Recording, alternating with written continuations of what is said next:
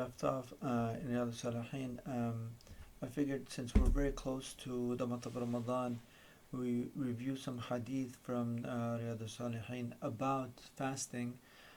It's something that we should be preparing for, not just right now, but actually mentally and spiritually, we should be preparing for it a long time ago. Sahaba radiallahu anhum, when they would fast the month of Ramadan for the next 6 months or so, they would constantly make dua that Allah subhanahu wa ta'ala accepts their Ramadan. And then after that, before Ramadan comes in, about 5 or 6 months before, they would ask Allah subhanahu wa ta'ala to allow them to reach the month of Ramadan. So it's they would prepare for it at a much earlier time and not just a few days before. So we're going to read some hadith right now on close to the month of Ramadan, but these hadith concern the month of Sha'ban, which is the month before the Ramadan, and just some things that we can get about fasting within this month, and then also we'll continue to read about fasting so we can prepare for the month of Ramadan and some etiquettes and learn some things, do's and not do's from the hadith of Riyadh Salihin. There are far more hadith that concern both the month of Ramadan and Sha'ban. We're just limiting it to this book right now. It has a lot of information. If we just act on something that's in here, it's more than enough. And still, once we learn these, we can also do more than that, inshallah, and read other books. عن أبي هريرة رضي الله عنه قال قال رسول الله صلى الله عليه وسلم إذا بقي نصف من شعبان فلا تصوموا رواه الترمذي وقال حديث حسن صحيح. Abu Hurairah radiallahu anhu narrates that the Messenger of Allah sallallahu alaihi wasallam said, when the middle of Sha'ban comes, don't observe fast. In other words, when half of Sha'ban is remaining, don't fast. Narrated by Tirmidhi, and that's a hadith with good, authentic narration. There's another hadith that's similar to it where the Prophet ﷺ says, don't fast anymore after the month of Sha'ban, half of it has passed. So it's very clear. Now this is a way of the Prophet ﷺ showing us to prepare for the month of Ramadan physically. I mean, we fast the month of Sha'ban and we fast other months, but in this specific month, the Prophet ﷺ used to fast more than any other month. And he was even approached that, why do you do this? Other than the month of Ramadan, the month that you fast the most in is the month of Sha'ban. And the Prophet ﷺ replied to him that this is a month where a lot of people neglect. We have Rajab before, which was one of the 4 sacred months, which everybody holds dear, even before Islam. It's a sacred month, and it influenced a lot of their cultural activities. In that time, it's a time of war, time of fighting. But as soon as those sacred months come, everybody has to put their swords down and cannot do anything. So it had a lot of influence in them, and it would remember the month of Rajab. Now the month of Ramadan has so much virtues in it that everybody just understands that as soon as they get into it, they try to take whatever they can from it. So the month of Sha'ban gets neglected. And the Prophet ﷺ says, this is a month that many people neglect, and I don't want to do that. So the other thing that the Prophet ﷺ over here lets us know that when what's important, because when the month of Ramadan comes and if we try to fast too much of Sha'ban and we don't have the ability to, we can actually harm ourselves and harm our Ramadan. Because if we get sick, though it's legitimate that if we get sick, we don't have to fast the month of Ramadan, or if we get too weak or something happens, our health deteriorates, then we don't fast the month of Ramadan. But even though it's legitimate, we are still missing out on the virtuous month of Ramadan. So that's why the Prophet ﷺ tells us that after the month of Sha'ban, when half of it had passed, then don't fast anymore. Conserve your energy. Get ready for the month of Ramadan by preparing yourself and making sure that you're healthy, that when that month comes, you're able to fast the whole month without missing any days.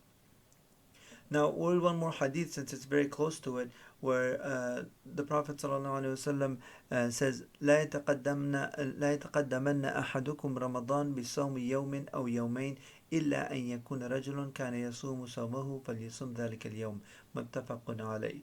Now in this narration he gives it a little more leeway where he says do not observe fast for a day or 2 days preceding the month of Ramadan. However, if a person has in his habit of observing fast on a particular day which falls on these dates, then he may fast on that day. So over here the Prophet ﷺ extends it even further and says a day or two before, take a break from the month of Sha'ban to prepare for the month of Ramadan. Now, these aren't conflicting hadith. These are just different advice given to different people. If somebody is able to go through the month of Sha'ban and fast more, the Prophet ﷺ gives them this advice, and to at least a day or two before the month of Ramadan, ease up and let your body get its strength back. For other people, they may have to take a much longer period, which is over here. The Prophet ﷺ gives them 2 weeks and says when half of Ramadan, half of Sha'ban finishes, then don't fast. In all these cases, the Prophet ﷺ is telling us by limiting our ibadah to Allah subhanahu wa ta'ala to prepare for what's even more virtuous when we're fasting the month of Ramadan. The only time that the Prophet ﷺ says it's okay if the person continues to fast if they have a normal habit of fasting certain days. Like for example, they fast the Mondays and Thursdays, and the Monday and Thursday happens to fall on one of the right before the month of Ramadan or 2 days before the month of Ramadan, and then the Prophet ﷺ says it's okay if they fast because that's a habit, a sunnah that they've established in their life, and not to break that habit. Good habits are something that we always want to keep in our lives, and we never want to leave it. We don't want to compromise those things. We want to remove bad habits and bad characteristics, but when we have something good in our lives, whether it be through fasting or reading Quran for a certain amount of time or giving sadaqah in a certain way, whatever it is, we don't ever want to break it. Even the Prophet ﷺ in a hadith says that the most beloved deed to Allah subhanahu wa ta'ala is that which is done with consistency, even if it's a little. So if we have a very good habit, then continue to work on that habit and make sure that we don't ever drop it. So this is the month of Sha'ban. Now that we're here, I believe we're almost in the middle of the month of Sha'ban. According to calculation, I believe it's Wednesday will be the 15th of Sha'ban. So it's a chance now. If you haven't been fasting, alhamdulillah, that's if you have been fasting, may Allah subhanahu wa ta'ala reward you and give you the tawfiq to reach the month of Ramadan. If we haven't, we can still fast a day or two according to the hadith of the Prophet sallallahu alaihi wasallam that's remaining. Today is Tuesday, then we have Wednesday, and then after that, if it's something that we're not used to, then we want to take a break in these next 14 or 15 days that are to come up and prepare ourselves for the month of Ramadan. And if we have the ability to, and we still want to fast here and there, we can still do it. But when the month of Ramadan is about to come, a day or two before, we do not fast. We leave ourselves, conserve our energy, and prepare for the month of Ramadan. Now, another thing to note is we're preparing ourselves physically to be able to fast the month of Ramadan and make sure that we don't miss a single day. But there's something else that we need to do, and that's prepare ourselves both mentally and spiritually for the month of Ramadan. When we prepare ourselves mentally and spiritually for the month of Ramadan, this takes even precedence to prepare ourselves physically and just being able to have the habit. Because regardless, very few people, unless they get sick, but most of us will not, even if we go through extreme hunger, we're not going to break our fast.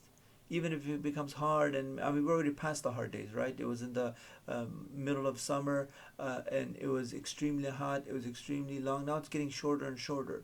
We already made those hard times. And even though it was sometimes very hard, we had extraneous work on certain days, we still went through with it. But what can really creep up on us and really go in there and just take away from our fast is what we're thinking and what our thoughts and our intentions behind those fasts are. It's like, for example, we're praying Salat al-Fard, Salat al-Dhuhr, and before Salat al-Dhuhr, the Prophet ﷺ used to pray Sunnah Mu'akkada, which is a sunnah that he never left. Before Salat al-Fajr, he would pray Sunnah Mu'akkada. And Maghrib, he would pray afterward. Aisha, he would pray afterward. These sunnah, he would not leave them unless he was in a journey.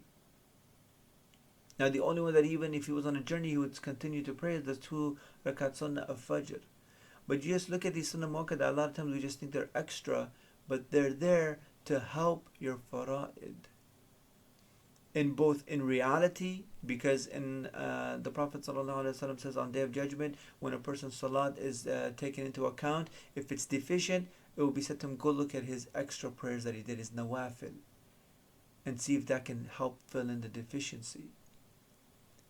Or it just helps us in that salah and spiritually, where we sort of zone ourselves in through the sunnah, that okay, I just prayed, maybe I made a mistake, now we start the fard, and I'm like, okay, I just practiced, I got myself in the right state of mind, now I'm gonna praise salat al-fard. And this month of Sha'ban, we can treat it the same way, where we can fast in it. We can, even if we're not fasting in it, but spiritually we prepare ourselves. What do we want to do in the month of Ramadan? Do you want to establish an act to be like, you know what, I'm gonna read about 30 minutes of Quran every day. I'm gonna read a khatm al-Quran every day. I'm gonna do something. Make a certain act that I will do every day in the month of Ramadan. And already right now, so far in MCC, a week, the first week of Ramadan, we still cannot open the masjid. So everyone will be to themselves to do their a'mal. We cannot have tarawih here because of the coronavirus and the gathering of that we're not allowed to have because of the containing the disease. So it's the first week. We don't know what's going to happen afterward. We're still waiting on the health officials to give advice, and all the imams they're consulting one another. But it may be that we have to do our own a'mal. We have to do our own khatm al-Quran. So what am I going to do? What do I want to do? Is it do I want to give a certain amount of charity? Do I want to read a certain amount of Quran? Do I want to pray a certain amount of salawat? Do I want to do a certain amount of dhikr? Do I want to make sure that I can control my tongue and say only certain words and not let other words come out of my mouth? Thoughts, whatever it is that we're trying to do, this is the time to start practicing it. Not wait for the month of Ramadan to come and a week or 2 weeks or even 3 weeks pass by, and then we start to realize, oh wow, I missed a lot, let me really focus. You know, sometimes we maybe we don't have time to pray the sunnah and the fard, and we're praying salat al-fard, we start praying, but we just jumped into it. We prayed 1 rakat, we prayed 2 rakat, then we start to think, oh wait, I'm in prayer. And then the concentration starts to come, and we start to focus, and sometimes it goes so fast that concentration comes right before the salam. So in the same way, we do not want that to happen in the month of Ramadan. We consider the month of Ramadan the fard. Well, before it, we have all this nawafil to help us prepare for that fard. So if we want to start having a habit in the month of Ramadan, we can start building that habit right now. We don't have to wait for the month of Ramadan to begin. If it's Khatm al-Quran, then a simple way to do Khatm al-Quran is reading a juz a day. If we read a juz a day, in 30 days we make Khatm al-Quran. Maybe if we want to make sure that it's not 29 days, we just do 2 juz in 1 day, or we break it down, read a juz in a quarter for a few days. Nonetheless, we do that. So right now we can say, okay, how long does it take me to do read 1 juz of Quran in a day, and start doing that right now. Start doing that right now, and you'll see how much easier it is to continue with that habit in the month of Ramadan. And any other amal that we wish to do in the month of Ramadan, we do it the same way. So this is a chance right now. It's not.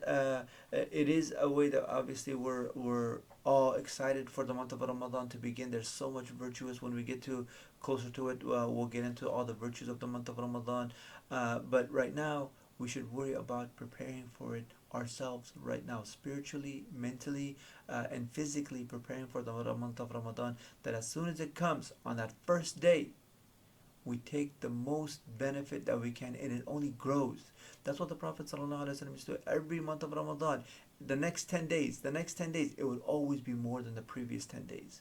So we want to start in the month of Ramadan at our highest potential, and then grow from there.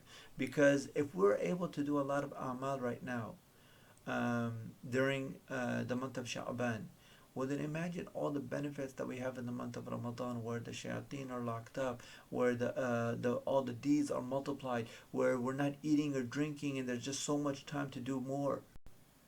how easy it is, how easy it would be at that time. So it's very good opportunity for every single one of us to observe the month of Sha'ban, use it for what it is, use it for us to prepare for the month of Ramadan, and we ask Allah subhanahu wa ta'ala to make it easy for all of us. We ask Allah subhanahu wa ta'ala to forgive us for all of our shortcomings. Jazakumullahu khairan. Wassalamu alaikum wa rahmatullahi wa barakatuh.